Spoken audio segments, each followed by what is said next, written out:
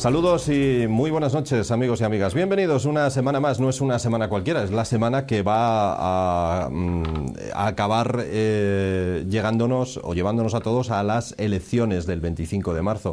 No es una semana más y por eso se publican en estos días las que creo deben ser las últimas encuestas permitidas dentro de la campaña electoral que estamos viviendo. Tiempo de encuestas, por tanto, este día hablaremos de ello, y tiempo también del Campanu. Se abría la veda este fin de semana y lo que son las cosas. Hasta la crisis se nota en eso, en el Campanu. La crisis y la picaresca. No como en años anteriores, que ya saben que al final no se sabía muy bien si el Campanu lo había comprado un señor en una pescadería realmente, en lugar de pescarlo, pero sí hasta el punto de que bajó enormemente lo que se ha podido llegar a pagar por el primer salmón de la temporada, que en otras ocasiones podía llegar fácilmente a 12, 15 y hasta 18.000 euros, y en este se quedó en 6.000. Hasta en eso notamos la crisis. Bueno, luego hablaremos también de una noticia necrológica, el fallecimiento de un periodista o fotoperiodista asturiano, José Vélez. Tuve la oportunidad de trabajar para él. Luego, si queréis, hablamos de este hombre que con 80 años se puede decir que ha muerto con las botas puestas, porque él además fundó el periódico cuando se jubiló. En lugar de jubilarse, lo que hizo fue trabajar más, ¿no? Era un personaje, desde luego, digno de mención. Bueno, Humberto, ¿qué tal? ¿Cómo estamos? Bueno, pues estamos afrontando ya la salida del invierno, la llegada de la primavera. Vamos a ver si... Florecen las encuestas, ¿no? Sí, florecen por lo menos brotes verdes ahí. Sí. Depende para quién, claro. ¿Has pasado el fin de semana comparando encuestas y eso? Bueno, sí, aproveché como todo el mundo más o menos, pues el domingo de la que desayunaba tranquilamente con vistas al mar, un poco abrigados, o sí, pues ver lo que nos dicen las encuestas de las empresas demoscópicas, que en el caso concreto de Asturias, en las últimas elecciones, a fin de cuentas, la que vale es la del día de las elecciones, que es la que se suele equivocar menos. Bueno, hablamos de ellas enseguida. En el caso de la universidad, las elecciones ya las han pasado, así que ya están más tranquilos. Isabel Viñaolay, ¿qué tal? ¿Cómo estáis, Isabel? Hola, muy bien, buenas noches. Vosotros ya, por lo menos, tenéis más claro que... Nosotros ha habido un ganador, además un ganador... Claro, podemos decir por goleada. En este caso clarísimo. Clarísimo. Bueno, yo creo que además era un ganador esperado. Yo quizás no esperaba tanta diferencia, pero sí yo era consciente de que arrebatarle el rectorado a Vicente Gotor era muy difícil, por no decir imposible. No me esperaba esta diferencia. Un tercios de los votos más o menos. Creo que es una diferencia aplastante. Es un resultado esto que yo no recuerdo ninguna elección rectorial que se hubiese logrado una diferencia de este tipo. Desde en época de que se elija al rector democráticamente, tanto por el claustro como por sufragio universal, nunca, jamás. Pues las he vivido todas, es decir, nunca hubo... Se daba la circunstancia de que solamente, el caso de Padre Andrés, solamente había ganado, quiero recordar, en 4 mesas, que es un resultado pues bastante paupérrimo. Bueno, podemos empezar por ahí si queréis. ¿Qué ocurre? ¿Por qué una mujer no consigue los apoyos suficientes para ser rectora de la universidad? Bueno, ¿por qué Padre Andrés no consigue los apoyos? Bueno, es que tampoco se presentan muchas mujeres, ¿no? Primero, las mujeres en la universidad no suelen presentarse habitualmente a cargos, no es habitual. Mira, hoy por ejemplo son las elecciones a decano de Derecho. En este momento se está votando para el decano de Derecho. Son 2 profesores, no hay profesoras, o sea que no es normal. ¿Por qué? Hombre, yo creo que, para decirlo claramente, porque estos 4 años, si ha hecho oposición, si la ha hecho, no se ha visto. Y un candidato como es Vicente Gotor, que, bueno, para mi gusto no es el mejor candidato del mundo, pero que no ha hecho cosas excesivamente mal, y encima si ha hecho cosas mal nadie se las ha dicho, no las airea, si la gente no se entera, pues entonces pasa de rositas, que es lo que ha ocurrido. Porque lo que no puedes hacer es arrebatar un rectorado en un mes. En un mes no se gana el tiempo de 4 años. Y además se da la circunstancia de que Vicente Gotor ha sido el único rector que no tuvo una indigestión con Bolonia, porque en el resto de los casos que les tocó aplicar, pues tuvieron un resultado adverso en las elecciones. De momento... Es que aquí le han salido las cosas bien, digamos, las cosas como son. Lo ha hecho Bolonia, yo creo que lo ha hecho medianamente bien. Otra cosa es que Bolonia es mucha Bolonia. Pero bueno, con las armas que tenía lo ha hecho bien. Y yo creo que Paz pues... Y yo también creo que se ha equivocado también en, por ejemplo, en que mucha gente supiese ya quién iba a ser su equipo. Yo creo que eso no hay cosa peor. No hay cosa peor, porque aparte de que tú tienes amigos y enemigos, le sumas los amigos y enemigos que tiene el que llevas de la mano. Claro que... y digamos las cosas claramente, quitas expectativas a otros. Entonces, sentirse ya defraudado, pues ya, como que... ya, aquí ya no tengo nada. Es que yo es la primera vez en las elecciones a rector de la Universidad de Oviedo que se sabe quién va a ser el equipo. Aunque no lo diga públicamente, pero hay personas que van diciendo yo voy a ser el vicerrectora de tal. Bueno, yo estuve en un equipo rectoral y yo cuando salió Juan Vázquez en su segundo mandato, que yo era vicerrectora por unos meses, yo no sabía si iba a continuar o no. O sea, no lo sabíamos. Luego, bueno, las cosas, luego él tomó sus decisiones y ofreció sus cargos a quien creyó conveniente. Pero yo creo que eso no está bien. No creo que dé buen resultado. Bueno, por lo menos está claro que a ella le da un resultado malo, porque hay que darse cuenta que solamente eran 2 candidatos. Es que tuvo peores resultados que cuando eran 4. Sí. O sea que... Hombre, yo creo que es una pena porque académicamente tiene un prestigio Paz y es una pena que no sepa trasladarlo también a la universidad, a los estudiantes, al personal de administración y servicios y a los profesores, ¿no? Sí, ella académicamente es una persona muy valiosa, en su mundo es conocida y es válida, pero no sé qué... Está claro que genera un rechazo. Hombre, los estudiantes en estas elecciones por lo que veo no han votado. No han votado. O sea, los estudiantes no han votado. Muy alta, sí. Porque además se veía yo en el campus de Viesques, campus de Gijón, donde estoy yo, pues... Bueno, de repente aparecieron unos letrerinos donde decían elecciones al rectorado, vota. Pero vamos, nada. Es que yo creo que la mayor parte de los estudiantes no sabía... Primero, que había que votar, segundo, que podían votar y tercero, quiénes eran los candidatos. Entonces les da exactamente igual. Y luego el profesorado, bueno, pues que habitualmente está casi repartido 50% entre, digamos, 2 grupos que hay en la Universidad de Oviedo. En este caso, eso no se cumplió. Es decir, ella ha generado más rechazo de lo que otros candidatos han generado en otros momentos. ¿Por qué? Posiblemente Gotor tuvo una ejecutoria pues en estos años más transversal, a pesar del perfil que se le adjudica, pero fue más transversal, o digamos que tuvo un poquito más de mano izquierda, y en el caso concreto de Paz se notó demasiado la inclinación ideológica en comparación con el caso de Vicente Gotor, que eso también pudo ayudar. Bueno, pero esa misma inclinación ideológica la han tenido otros candidatos y no han sufrido ese golpe. A 2 candidatos, no estoy hablando de cuando eran 4, a 2 candidatos. Es que es que lo que sacó un 33, siendo 2 candidatos, es poquísimo. Es muy poco. Es que es poquísimo. Es que es un golpe que yo no sé en qué situación estará ahí anímica ahora mismo. Hombre, no me extraña que nada más eso dijera yo, me voy a dedicar a dar clases, que es lo mío, y ya nunca más. No, es que yo la entiendo perfectamente, que quiere abandonar la política universitaria, porque, bueno, está claro que por el motivo que sea, es que yo ya pongo en duda hasta que la hayan votado, por ejemplo, la parte feminista de la Universidad de Oviedo. Yo creo que no araña ni por ahí, a pesar de que en su candidatura iba gente y que en su programa llevaba cosas especiales y menciona género, diversidad y todas estas cosas, ¿no? Y sin embargo ni así, ni así. Yo creo que ella ni en sus peores escenarios se lo planteaba. Y yo es cierto que no me planteaba yo sabía que no iba a ganar.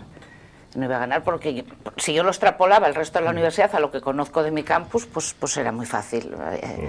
El resultado que pasó en Viesques se veía venir. ¿Y qué más da que haya ido un día o que haya hablado con media docena? Es que eso ya no... Estaba pensando que ojalá fuera tan sencillo de suponer lo que pueda ocurrir en el Principado el día 25, porque me temo que no, ¿eh? No, eso es mucho más complicado. E incluso estaba yendo más allá, estaba pensando si no podríamos tener aquí un sistema electoral como en el de la universidad. Los dos candidatos más votados van a una segunda vuelta, exacto, si no me equivoco, ¿no? Sí, y de esa forma no hay necesidad de, como aquí, después de andar haciendo pactos, ni porque aquí mucho me temo, Humberto, las cosas van a estar absolutamente igual que antes de las elecciones, o es lo que dicen todas las encuestas, ¿no? Bueno, las encuestas las que tenemos más o menos nos llevan a, bueno, pues a esa situación con pequeños matices, ¿no? Que pueden ir en un sentido o en otro, pero bueno, básicamente lo que vemos son dos bloques con la posible a día de hoy, bueno, inclusión de una fuerza política nueva que es UPyD, que puede ser o no determinante, aunque lo más fácil es que tengamos un bloque de centro derecha que tenga la mayoría absoluta y que esté en el escenario similar al anterior, es decir, tener que pactar las dos fuerzas para llegar a una gobernabilidad estable. ¿Qué puede cambiar ahí? Pues puede cambiar quien tenga en el reparto de votos mayor representación que otro, o no. Sí, claro, es que no sé. Y en cuanto a lo que dices del sistema de elección, no te digo ni que sea bueno ni malo, lo que pasa, claro, no encaja evidentemente con nuestro ordenamiento constitucional, entonces a partir de ahí, sistemas hay diversos, doble vuelta, distrito personal y único, bueno, hay muchas formas. Tenemos lo que tenemos y fruto de esto, y la ley de ON, pues tenemos unos parlamentos, en este caso la Junta General, como posiblemente la vamos a tener. O sea que emocionante el día de las elecciones y unas cuantas semanas después, pues posiblemente. Un tiempo después, ¿no? Otra cosa es que Asturias pueda permitirse eso, ¿no? Que eso ya es más serio, ¿no? Es que Asturias lleva 8 meses sufriendo esto. Y si todo sale como dicen las encuestas, vamos a seguir en las mismas circunstancias. Lo que no sé yo es si el PP va a ir por delante de Foro o por detrás. Pero lo que yo creo que tenemos todos claros es que el centro derecha sumado gana. Porque eso lo dan todas las encuestas y yo creo que eso es tan claro como que el señor Gotor iba a ganar las elecciones al rector de la Universidad de Oviedo. La suma, pero claro, el problema es si estos señores luego van a poder hablar o van a ser incapaces de dialogar y volvemos a estar otra vez igual. ¿Y qué va a pasar con nuestras Asturias? Bueno, en principio vemos que es una situación de que las partes correspondientes recuerden muy bien las matemáticas de primaria, porque es muy sencillo, es que sumar es sumar, sí, restar es restar, dividir es dividir. Bueno, aquí podía sacar a colación una persona que es un referente, pues tanto para una como para la otra parte que tiene que ver en ese fusible acuerdo, que era don Manuel Fraga Ibarne, aquel que decía en una frase antológica en uno de sus mítines en Galicia, que yo siempre tomaba nota porque me enlazaba muy mucho con la filosofía popular, que normalmente es la que tiene el menos común de los sentidos, que es el sentido común, ¿no? Y decía aquello de que xuntos imos a máis, separados imos o cagallo, ¿no? Entonces, esto se aplica pues al centro derecha y a toda Asturias. Yo creo que después de lo que pasaron estos meses y lo que puede salir de las urnas, y sale lo que suponemos, bueno, que puede salir o no. Bueno, suponiendo eso, yo creo que ya es el momento de sentarse. Ha habido movimientos claros que pueden permitir que haya esos acuerdos. Ha habido una renovación significativa en la cúpula autonómica del Partido Popular, que implica, entre otras cosas, que las personas que, digamos, tendría pues menos feeling con el presidente del FAC, pues no están en el terreno de juego, por lo menos en el terreno de negociación. Entonces, evidentemente, de darse la circunstancia que prevemos, la pelota está en el saliente presidente del Principado, que tendrá que poner por su parte para llegar a ese acuerdo. Yo creo que si hay voluntad de acuerdo, posiblemente en estos momentos tengamos miembros para esa cesta. Otra cosa es que, bueno, que no haya demasiados agujeros entre miembro y miembro y la cosa se nos vaya por ahí, ¿no? Pero de todas formas tampoco podemos dejar de lado que, bueno, hay encuestas que también nos anuncian igual una situación un poco más ajustada, la inclusión de esta fuerza política un tanto peculiar, que yo a mí siempre, hay gente que, bueno, que dice que le gusta, gente que les disgusta, gente que ni de uno ni del otro. A mí particularmente me irrita un poco cierta definición un tanto indefinida, y acabo de decir una cosa extrañísima, que más o menos viene a decir ellos, lo tienen muy claro, pero tú nunca tienes claro qué es lo que va a hacer UPyD cuando llega a tener algún viso de gobernabilidad, y en los pocos que ha tenido en diversos sitios de España te demuestra que la cosa no está muy clara, no es tan claro lo que dice, y aparte que tienen una visión posiblemente demasiado jacobina o demasiado pretérita de lo que es la concepción de España, ¿no? Y bueno, igual no encaja ni con los unos ni con los otros, ¿no? Vamos a ver. Sí, yo a UPyD no la veo sumando a ninguno de los dos grupos tal como yo la entiendo, ¿eh? Pasa que, bueno, también es cierto que unas veces, como hace pases raros, pues igual puede sumar. Es una fuerza también experta en reñir, con lo cual podríamos tener... Es que igual sirve para reñir más, ¿eh? Y para meter más ruido al sistema. Sí, sí. Y necesitamos nosotros como para ruidos. Sí, pues para eso no sé. Sí es cierto que, no lo sé, antes lo comentábamos Isabel y yo, antes de que Humberto llegara, y uno se pregunta, con las cosas que se están diciendo en campaña, PP y Foro, con las que quedan por decir, porque parecía que la campaña estaba fría, pero este fin de semana se ha calentado bastante y seguramente se va a calentar más en los próximos días, ¿se puede pasar del amor al odio o del odio al amor de una noche a otra? Pregunto, bueno, utilizando la metáfora. En política hay dos principios básicos. Uno, la importancia de las formas, que como mínimo son tan importantes como el fondo, si no más, y luego que la necesidad te puede llevar a ser virtud, porque es así, ¿no? Entonces, bueno, si tiene que ser virtud la necesidad, y en este caso las formas tienen que ayudar más que el fondo, perdón, pues posiblemente tengamos una solución. Lo que se dicen los políticos, y en una campaña pues sabemos lo que es, hay campañas más o menos agresivas, campañas más o menos dulces, y nos toca pues una época que las campañas son como son. Posiblemente porque nos fallan ideas, que ese es otro tema para otro tipo de debate, ¿no? O las ideas que tenemos pues ya son muy manidas, o son muy simples, o son todo estereotipos, o son, bueno, sistemas de campaña demasiado basados en la imagen, no lo sé. Es que yo esta campaña, aparte de que ya empieza a haber pues insultos, y me meto con este, y me meto con el otro, pero tú si te pones a pensar, ¿qué te están diciendo? Que me perdonen todos ellos, pero nada. Porque yo no sé si alguno de ellos sabe qué es lo que tiene que hacer o qué es lo que quiere hacer. A mí ya me entra esa duda, porque no hay ideas, ¿eh? Solamente es, bueno, pues yo soy el mejor porque, no sé por qué, porque es que no sé por qué. Yo voy siguiendo un poco la campaña, bueno, yo hablo de los tres, a Izquierda Unida es cierto que la sigo menos, pero soy Foro y PP los voy siguiendo, y yo no les veo nada, no les veo.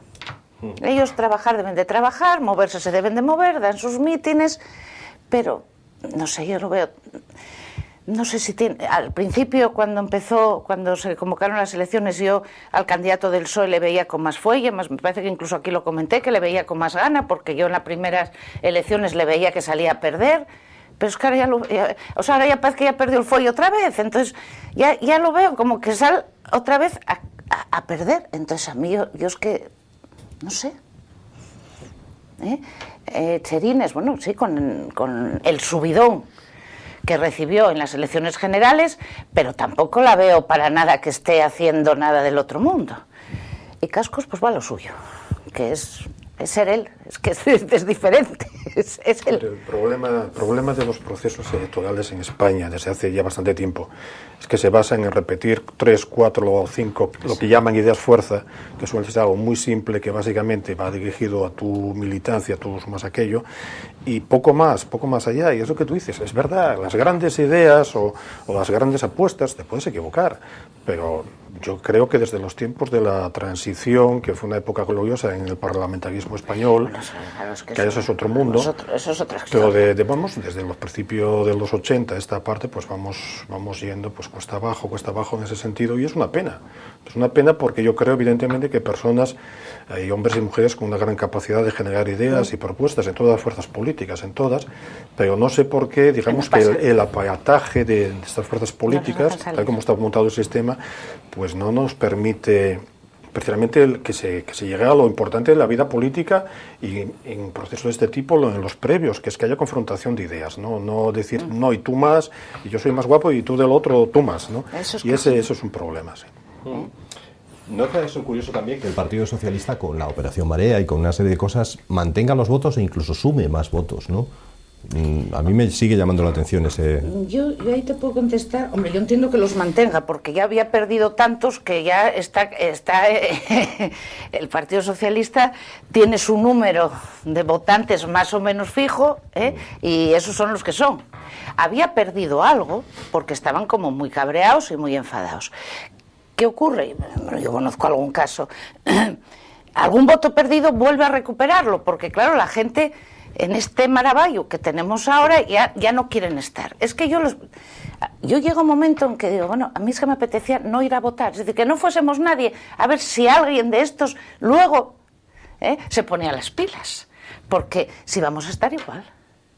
Y otros 8 meses, porque además fijaros, aun en el supuesto de que como la cúpula del PP ha cambiado y pudiesen llegar el centro derecha a un acuerdo, ese acuerdo no va a ser ni en una semana, o sea, ese acuerdo va a llevar un tiempo. Sí. Es decir, que esta comunidad autónoma va a pasar un año en el desgobierno. Y mientras tanto, el paro crece, las empresas cierran. Es que, ¿a quién le importa eso? Es que yo creo que le tendría que importar a los políticos. Y que me perdonen, pero yo creo que a muchos de ellos les importa un bledo. Un bledo, porque si les importase harían algo por entenderse, porque habiendo salido del mismo sitio, las ideas tienen que ser parecidas. Sí, lo que pasa es que a veces la estrategia política, que bueno, es lo que es, y muchas veces se basa en los intereses del partido y no en el interés general, que es lo que tendría que ser cualquier político, que en principio debía ser un servidor público, un servidor de la ciudadanía, ¿no? Pero bueno, en la práctica vemos que muchas veces es como en las corridas de toros, el trapo que se le pone delante al animal, pues es el interés del partido, entonces, y a veces se confunden cosas, y eso, bueno, pues una cuestión pendiente de autocrítica de todas las fuerzas políticas que tienen algo que decir en España. Bueno, habrá algún momento donde, esperemos que no sea por la desafección del ciudadano, pero por algún motivo se les ocurra que, bueno, hay que ponerse a pensar que eso que se está haciendo, que por qué no se están haciendo las cosas bien, y bueno, y lo que muy bien has dicho, no se puede estar pues una cuarta parte de legislatura prácticamente dando vueltas a una historia y bueno, pues llamándonos guapos unos a otros, no hacer lo que tenemos que hacer, y además en una situación tan dramática como la que estamos viviendo. Entonces yo soy optimista por naturaleza, que después del 25 de marzo pues tengamos por lo menos la sensibilidad y la calidad de ideas suficientemente bien trazada para ponerse a trabajar ya en un gobierno que se ponga las pilas y que haga lo que tiene que hacer, que son muchísimas cosas que tenemos pendientes en Asturias. Bueno, esperemos. El Partido Popular sigue lanzando propuestas desde que llegó al gobierno. Cada semana hay nuevas reformas, nuevas propuestas que originan eso, también protestas, evidentemente. Y en la última de ellas a mí me recuerda, no sé si vosotros le conocéis, a un chiste que circulaba por ahí hace algún tiempo, según el cual un ministro o presidente de gobierno, alguien le pone unos papeles delante para que firme aumentar la partida presupuestaria destinada a colegios y destinada a prisiones. No sé si recordáis el chiste, y él dice: a colegios no aumento ni un duro, pero a prisiones sí. Dice: ministro, ¿pero cómo es eso? Dice: porque yo sé que al colegio no voy a volver, pero a la prisión no lo sé. Y me llama la atención porque el gobierno pretende castigar con penas de 3 a 6 años de prisión a los malos gestores públicos, y pues va a tener que ampliar esas prisiones, ¿eh? O sea, algún ministro va a tener que firmar la partida presupuestaria que aumente para prisiones. Yo creo que es una medida positiva porque... Pero vamos, posible... Es algo que se tuvo que haber planteado hace mucho tiempo. Y bueno, realmente ahora va a ser bastante difícil que podamos enchigonar a algún responsable político por una mala gestión de los saberes públicos, porque vivimos una situación de vacas muy, muy, muy flacas, ¿no?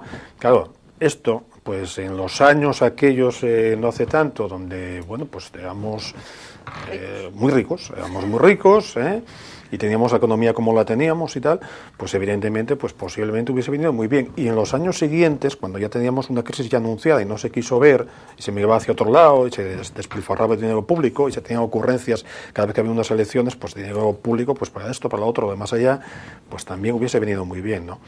Bueno, vale más tarde que nunca.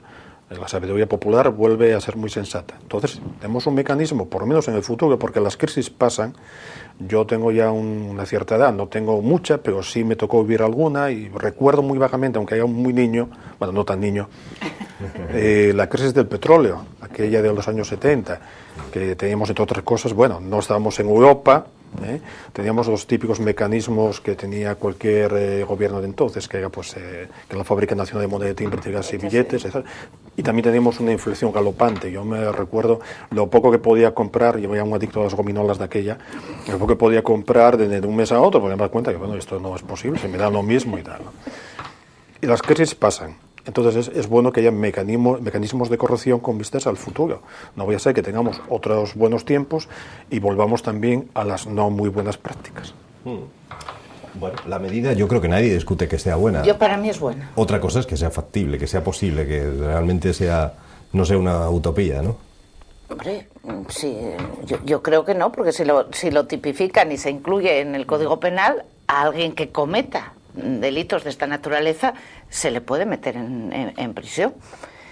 Hombre, esto puede dar un poco de miedo, ¿no? Y que la gente entonces mida, cuando tenga grandes capacidades, porque es que ahora como gestionar la miseria pues es más fácil, en el sentido de que, bueno, no puedes hacer grandes cosas, pero si es cierto que la crisis en algún momento pasa de brote verde a otra cosa y volvemos a levantar cabeza, aunque yo pienso que nunca vamos a volver a donde estuvimos, es decir, estuvimos en el mundo de Yuppie y a ese mundo no vamos a volver, pero que la gente tenga un poco de cuidadito, porque claro, es que yo que tuve que manejar, bueno, a nivel muy chiquitín, pero en la Universidad de Oviedo tuve que manejar créditos, tuve que manejar... No, es que yo que haya facturas no contabilizadas, que eso es que a mí no me entra en la cabeza. Es que no me entra en la cabeza, es que esto era meter la mano en el saco del dinero público, pero así y sin ponerse colorados. Entonces, el que lo haga, que lo pague. Mira, y me da igual de qué partido sea, porque en ese aspecto yo creo que buenos y malos los hay en casi todos los lados.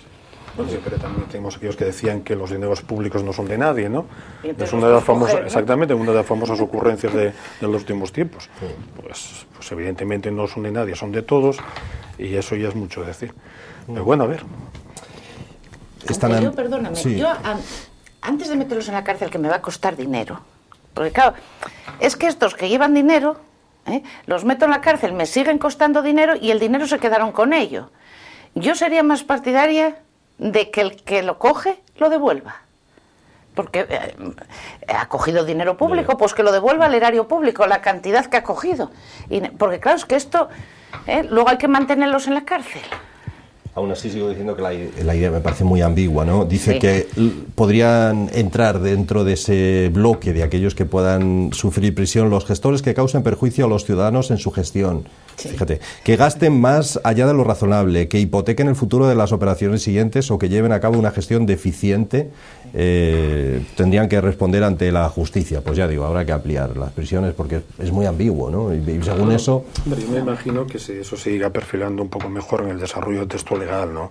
Pero bueno, tú tienes, por ejemplo, casos, se me viene ahora mismo a la cabeza, del Ayuntamiento de Parla. Que eso es una brutalidad. Entonces, claro, tú ves manifiestamente que hay la persona que gestionó, precisamente la persona que gestionó, ¿sí? Que su fuerza política, además anda promocionando por Madrid, pues está para encerrar. Yo no sé si directamente una cárcel o un freno hepático, porque eso no es normal, ¿no? Oye, tú te puedes tener una mala gestión, no ser un político capacitado, y otra cosa es lo que estamos hablando. Y con casos como ese hay muchos. Hay muchos. ¿Qué es ese ayuntamiento de 300 y pico habitantes? ¿Cómo se llama el sitio? Ah, sí. Sí, que es escandaloso. Sí, la provincia de Zamora. Sí. Exacto, escandaloso la deuda que puede tener. tener. De abajo, exacto, me apuntan los compañeros, sí, en la provincia de Zamora. Es escandaloso la deuda que tiene. Bueno, lógicamente, al señor alcalde o alcaldesa, que no sé si era el señor o señora. Claro. Tiene que estar pagando hasta el siglo XVI deuda, claro, creo. O sea, los próximos 5 siglos. Alguna responsabilidad. Esa persona, yo creo que no se puede marchar a casa así de rositas sin nada, ¿no? Hombre, antaño siempre teníamos la solución del que paga el Estado, que hasta no hace mucho, la típica expresión tan asturiana de se va por perras, que paga el Estado. Sí. Claro, luego pasa lo que pasa, que el Estado no tiene un duro y todo lo contrario, ¿no? Entonces, bueno, yo creo que sí, que está bien que se pongan unas normas que impliquen en casos extremos, evidentemente, hombre, un caso relativamente normal, y si es un caso de trinque de pasta pública, entonces ahí hablamos de otro tipo de delito que no tiene que ver esto con nada, y hablamos de otras cuestiones, ¿no? Yo creo que está bien. Bueno, señores, pues hay otros asuntos que queremos tratar en este día. Vamos a hacer una mínima pausa y a la vuelta les hablamos de otros temas.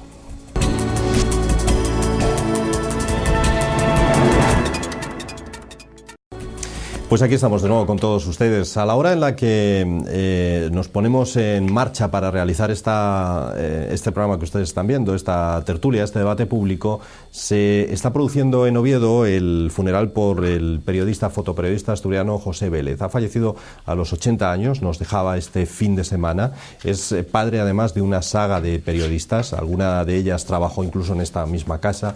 Así que desde aquí lo primero que desde luego queremos hacer es enviar nuestras condolencias a la familia. Aquí estuvo con nosotros Elena Vélez durante algún tiempo trabajando. En el periódico con él estaba Eva Vélez. Ya digo, recién llegado a Asturias, recuerdo que el primer sitio donde aterricé fue precisamente en La Hora de Asturias, el periódico de José Vélez. Cuando él, pues hace ya unos años, él ya evidentemente había pasado la edad de jubilación, a pesar de lo cual, como decía hoy y como recordaban algunos de sus amigos, él se empeñó en seguir trabajando hasta prácticamente el momento de su muerte, porque este mes salía el periódico La Hora de Asturias y estaban cerrando la edición estos días, justo en el momento de su fallecimiento, ¿no? Le vencía el gusanillo profesional. Es que yo que lo traté, sé que era una especie rara, un periodista, quiero decir, un periodista de los de antaño, de los de no entienden de horarios ni nada parecido, de los que estaban todo el día. Periodista de raza, de aquellos que hubo unos cuantos y que desafortunadamente, sí. Y la ejerció todos los días de su vida. Exactamente. Y hasta hace poco era muy común verle todavía asistiendo a cualquier acto. Él mismo iba, porque además no sé si es que no le gustaba delegar o qué, o simplemente que él quería estar en donde se produce la noticia. Él no tenía que ver con un director al uso de los que desde el despacho manejan todo, no tiene nada que ver, ¿no? Es que él sería siendo un periodista. Claro. Y un periodista tiene que estar al lado de la noticia, no metido en su despacho. Entonces... La verdad es que desde aquí lo lamentamos mucho, su fallecimiento. Fue además, hay que recordarlo, en alguna ocasión fue con tertulio en esta misma televisión, cuando todavía estábamos en los estudios de Arzobispo Isasola, asistió a alguna de los debates o de las tertulias. Era un personaje curioso, Vélez. Yo le recuerdo con... bueno, en cierta medida, y es lógico, a medida que nos hacemos mayores, pues somos un poco cascarrabias, ¿no? Y Vélez era difícil de complacer, pero precisamente por eso, porque él sabía tanto y conocía tanto que te podía corregir hasta la más mínima coma y con toda la razón del mundo, porque sabía que lo que estaba escribiendo, él mismo, si levantaba el teléfono, hablaba con el protagonista de esa noticia, ¿no? Con una simple llamada. Era muy, muy, muy curioso. Y recuerdo que siempre, es la primera vez que oí esa frase, que después a mí se me quedó grabada y lo he ido pensando muchas veces a lo largo de los años, porque lleva buena parte de razón. Él decía que los periodistas actuales, decía Vélez, me lo dijo en más de una ocasión ahí en La Hora de Asturias, los periodistas actuales son magnetófonos con patas. Y es verdad, porque no tenemos mucho... Es cierto, tristemente es así. Sobre todo las nuevas generaciones se limitan a poner una cámara o una grabadora delante del político de turno sin criterio ninguno para ponerle en un apuro sobre lo que está diciendo, ni para preguntarle algo que pueda ver si lo que está diciendo es verdad o no. No, simplemente eso, después llegas a la redacción, te pones delante de un ordenador, lo transmites textualmente o más o menos, con más o menos acierto en un texto escrito, lo cocinas. Lo cocina, sí, porque últimamente se cocina bastante. Pero yo creo que eso no lo hacen ya ni esos a los que se refería Vélez, ¿no? Esos magnetófonos con patas. Eso se cocina en redacción por otra mano. Sí, y por periodistas ya desde luego más aventajados que simplemente el que va. Es una pena, ¿no?, que eso siga ocurriendo así. Bueno, en fin, desde aquí nuestro recuerdo para José Vélez, con muchísimo cariño. Bueno, no sé si algo más queréis añadir sobre este asunto, si no... Sí nos gustaría tratar otros temas. Ahora podríamos decirlo de Viva la Pepa, ¿no? Porque es el momento, ¿no?, de estar... Ese momento, bueno, por la Constitución, que lleva el nombre de la Pepa precisamente porque tal día como hoy, festividad de San José. Y claro, el pueblo español es como es. Y bueno, pues más en Cádiz. Y en Cádiz mucho más. En Cádiz muchísimo más. Y bueno, bien. Idiosincrasia en este caso a mí me encanta. Es una cosa... que posiblemente en otras latitudes y en otras partes de Europa, por ir más lejos, pues bueno, digan, pero ¿cómo llaman ustedes a un texto de la relevancia? Porque es un texto relevante, es la tercera Constitución mundial, y aparte fue referente para otras muchas constituciones, casi todas las de Hispanoamérica y alguna que otra más, posteriormente. Bueno, y como ustedes tratan con esa familiaridad, pues que somos españoles, ¿qué le vamos a hacer? Pero bueno, además encima en Cádiz. No, es curiosísimo algunas de las cosas que se incluían en esa primera Constitución de hace 200 años, ¿no?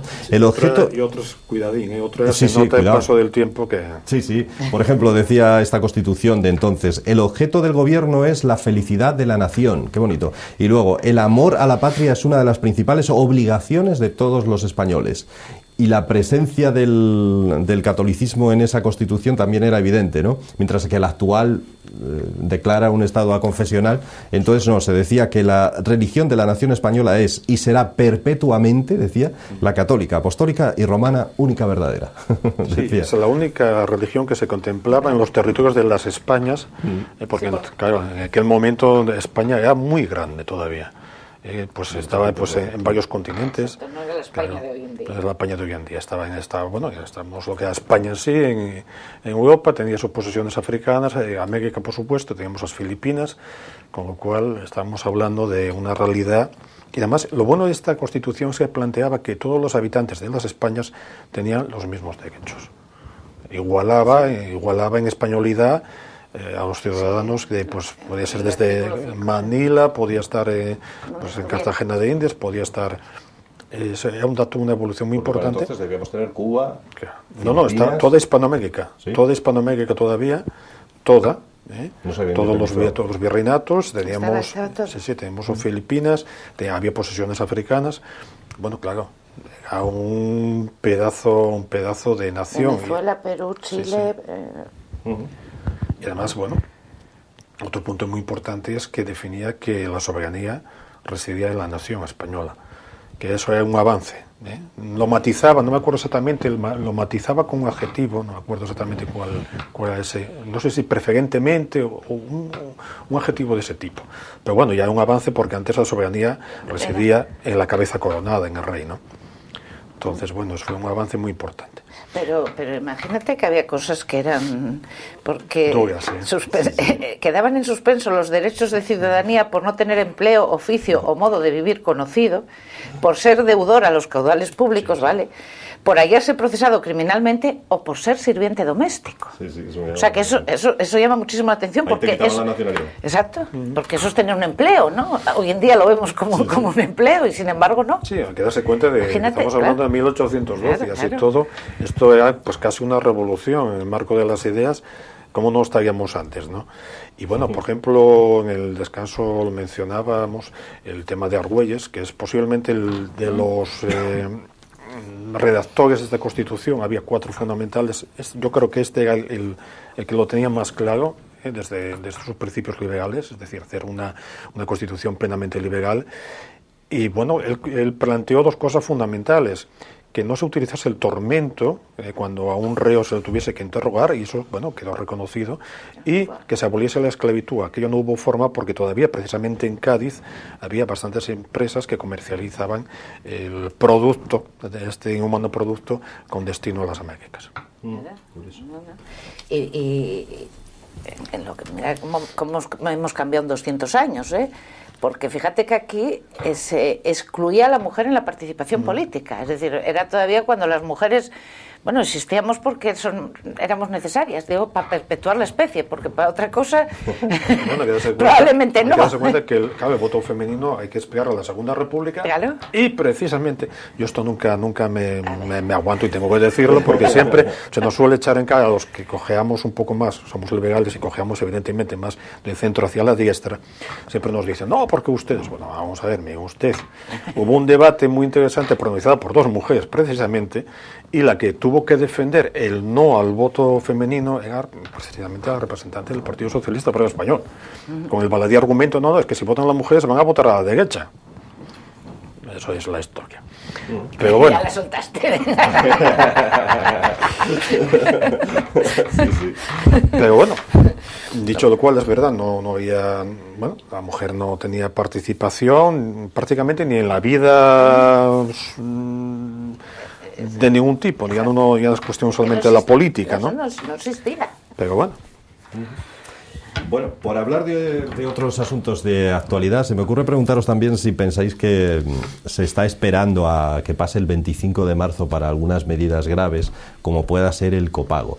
¿Veis que eso pueda ocurrir? ¿Que tengamos que pagar por cada recetita €1 como en Cataluña próximamente? Aunque ahora, antes de las elecciones de Andalucía y de Asturias, lógicamente se dice que no, pero ocurrirá después, Humberto.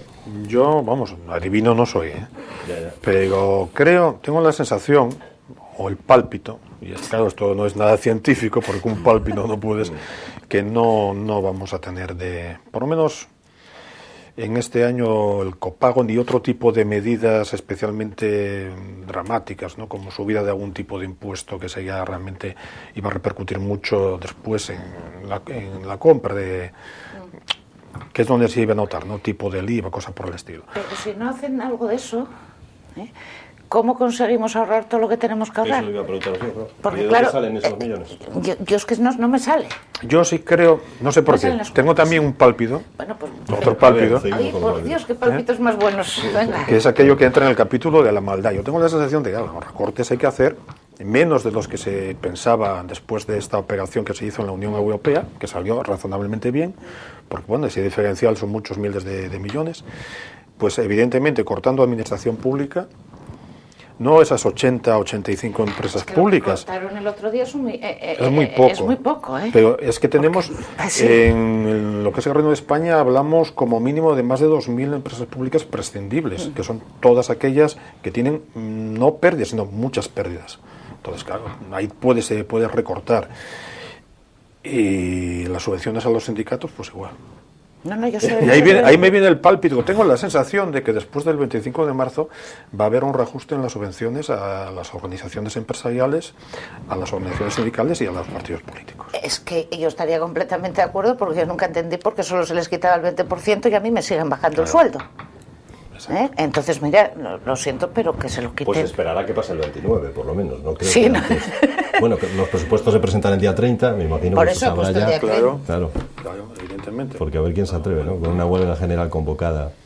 Bueno, no va a cambiar. Si está convocada, evidentemente no van a desconvocar a la huelga. Y además ni entiendo que vayan a llegar a ningún acuerdo. No, y aparte que no toca, yo creo que en este caso el gobierno está haciéndolo bien. Tú no puedes discutir, hay cosas que hay que hacer o hay que hacer. Porque en la situación que tenemos no podemos perder el tiempo en, bueno, no digo en tonterías, sino en discusiones inútiles o darle vueltas a qué sexo tienen los ángeles. Hubo un emplazamiento a principio tenía como fin principios de este año por parte del gobierno. Oye, ustedes empresarios y sindicatos pónganse de acuerdo, hagan lo que tengan que hacer y bueno, hicieron de todo menos lo que tienen que hacer. Posiblemente alguna que otra comisión, que las comisiones en España es el mecanismo para no solucionar nada, salvo el mes algún que otro negocio hostelero, donde realmente acaban las comisiones allí celebrando sus discusiones. Pues entonces toca hacer lo que toca hacer. Y bueno, pues se pueden poner de huelga, es su derecho, como también es su derecho aquellos ciudadanos que deciden libremente no ejercer ese derecho, sino todo lo contrario. Tienen el mismo derecho a trabajar que a ir de huelga. Aunque en la práctica sabemos que eso tiene su matiz, ¿no? Evidentemente, sí. No todo es muy democrático cuando tienes que convencer a la gente de que no puede quedarse sin ir a trabajar, o que tienes que quedarte en casa, o que tienes que hacer huelga. Y entonces, bueno, vamos a ver lo que pasa. La universidad suele ser secundada la huelga por los estudiantes, me imagino, ¿no? No, vamos a ver, no necesariamente. Lo que pasa es que nosotros, por ejemplo, en el campus donde estoy yo, casi la mayor parte de los alumnos llegan en transporte público. Claro. En el momento en que no salgan los transportes públicos, pues ya no te llegan los alumnos, es decir, ya no hay. El profesorado, pues tampoco es que participan unos sí y otros no, pero ahí no hay problemas. O sea, ahí cada uno puede, el que quiere dar clase da clase y el que no la quiere dar no la da. Pero normalmente el problema es que no tienes a quien dar clase o que tienes tan poquitos, porque se han movido a lo mejor en su coche particular, pero claro, tampoco es justo que si tienes a 4, cuando normalmente tienes 60, que des clase a 4, porque es que los otros no han venido porque no han podido. Entonces yo en la última huelga general, yo no sé esta, porque el ambiente está más caliente, eso también es cierto, pero en la última huelga general, por la mañana sí, prácticamente no hubo actividad, pero por la tarde, a partir de las 3 de la tarde, empezó otra vez ya a haber actividad, empezaron a llegar alumnos y empezó más o menos, bueno, un día normal. Sí. Pero hubo actividades, hubo alumnos que tuvieron clase. Un pequeño matiz. Dicen por ahí que, claro, como la última huelga fue una huelga de aquella forma, con muy poco músculo, a desgana, y esta, bueno, como quien gobierna son los que gobiernan, como que hay más ganas, ¿no? Entonces, posiblemente tengamos en esta huelga pues una mayor movilidad de los piquetes informativos, que, bueno... Sí, de los piquetes informativos. Ya me lo X, sí. Ejerciendo... Hombre, eso es curioso también, ¿no? Ejerciendo su derecho a informar. A informar, sí. Pero bueno, todo el mundo lo sabe, ¿no? Que existe una huelga convocada. ¿Son informativos esos piquetes? ¿O? Bueno, yo tengo que agradecer que cuando se hicieron las imágenes de la convocatoria, uno de los dos dirigentes más importantes de este reino tuviese la gentileza de no enseñarnos ninguna de las piezas que componen su colección de Rolex. Eso fue un detalle por su parte, y aunque bueno, luego estos sindicatos siempre tenían algún punto negro, ¿no? Lo que decíamos antes de las formas. A fin de cuentas, la política sindical es política y es importante también las formas. Caso concreto de Madrid, en el desafortunado acto del 11 de marzo, muy desafortunado por parte de los sindicatos, escoger esa fecha como si no tuvieran 364 días más al año para hacerla, el portavoz, junto a la representante de una de las asociaciones de víctimas, en aquella jornada, pues era el máximo dirigente de la UGT de Madrid, que vamos, en fin, no está él como para llamar a los hermanos proletarios a casi la revolución, teniendo en cuenta que levanta más de 180.000 euros al año solamente por estar sentado en Consejo de Administración de Bankia. Ya sea claro. Sí, por supuesto. Y luego podemos hablar ya de los pisos de Toshio, etcétera, que bueno, que también se han... Bueno, pero no sé. Lo mismo que lo hay ahí, lo hay en otros sitios, o lo tienen otros, ¿eh? Sí, no, pero yo hablo que sobre todo lo de la mujer del César, las formas, todo esto es fundamental, importante. Yo creo que francamente el por qué han perdido pues casi 500.000 de afiliados en muy pocos años todos los sindicatos mayoritarios tiene una explicación muy sencilla. Y es que la gente que trabaja no confía en los sindicatos. Que ellos básicamente tienen una impronta que es buscar su actividad en aquellos centros donde pueden tener muchos afiliados, puedan tener exactamente, y luego realmente pues si alguien tiene un problema, una empresa de 6 o 7 pues empleados, pues normalmente el sindicato pues vale, da una palmadita si es que los atiende. Yo a esta huelga le encuentro un problema. Yo creo que hay gente que incluso estando en desacuerdo con las medidas del gobierno, o viéndose afectado de alguna manera por las medidas del gobierno, preferiría más no ir a la huelga. Porque las circunstancias, porque entre otras cosas hay miedos, pero ya es que ahora se van a encontrar con el doble miedo, que es el miedo al piquete informativo y el miedo a lo que te puede pasar si no vas a trabajar. Claro. Entonces, esto va a ser para mucha gente una especie de sándwich. O sea, ¿para dónde voy? ¿Para dónde voy? Porque, bueno, las cosas no están fáciles y la gente que tiene trabajo está, muchos de ellos, en una situación muy precaria. Es decir, la gente ahora está yendo... Vamos a ver, yo creo que durante un tiempo hubo mucha gente que se tomó el trabajo, como aquí no pasaba nada y aquí éramos todos jauja, pues si me dolía un día un pie, pues no iba a trabajar. Ahora yo creo que van con muletas a trabajar, no vaya a ser que por no ir a trabajar me pase algo. Tampoco es así, o sea, tendrás que coger una baja cuando estés enfermo y tendrás que ir a trabajar mientras te encuentres relativamente bien. Si yo cada vez que me levanto y me duele algo no voy a trabajar, pues todos los días me duele alguna cosa distinta.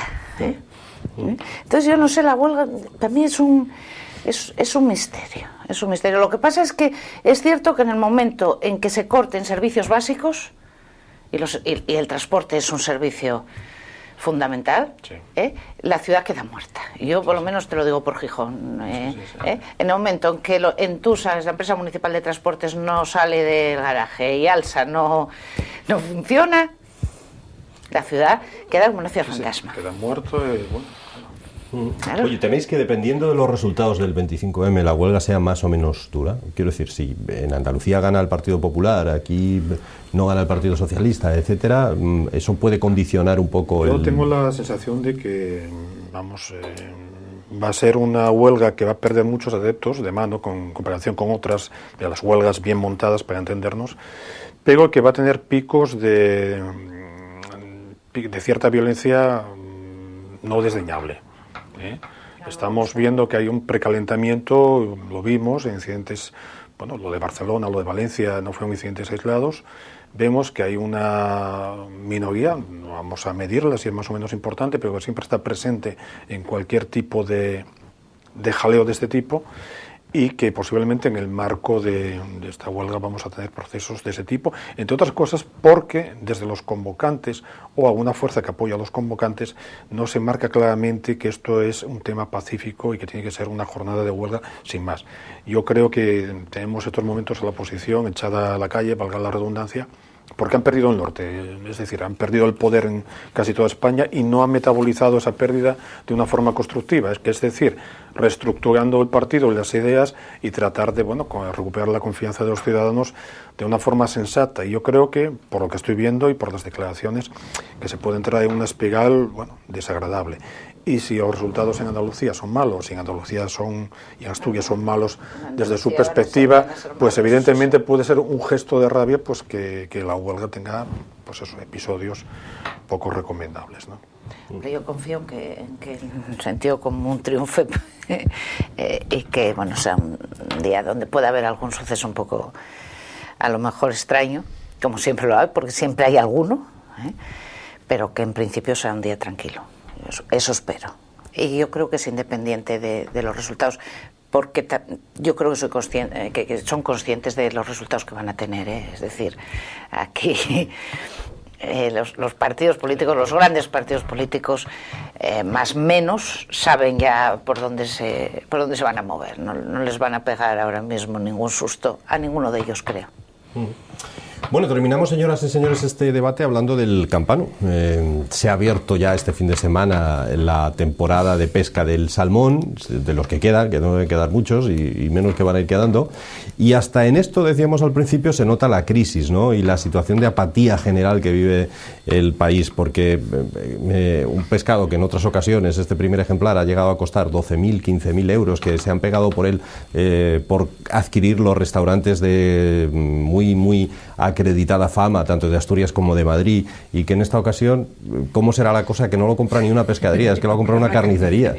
Es que, en fin, y por 6.000 euros, que es casi una ganga, ¿no? Bueno, y por lo visto hubo nervios, ¿no? Porque, porque no llegaba ni a eso. No, la subasta, ¿qué pasó con la subasta? Que no se veía nada, ¿no? Entonces, pero que es normal. Es que claro, no hay un real, ¿no? Donde no hay, no se puede. Y es que 18.000 euros, aunque claro, es que era una burrada.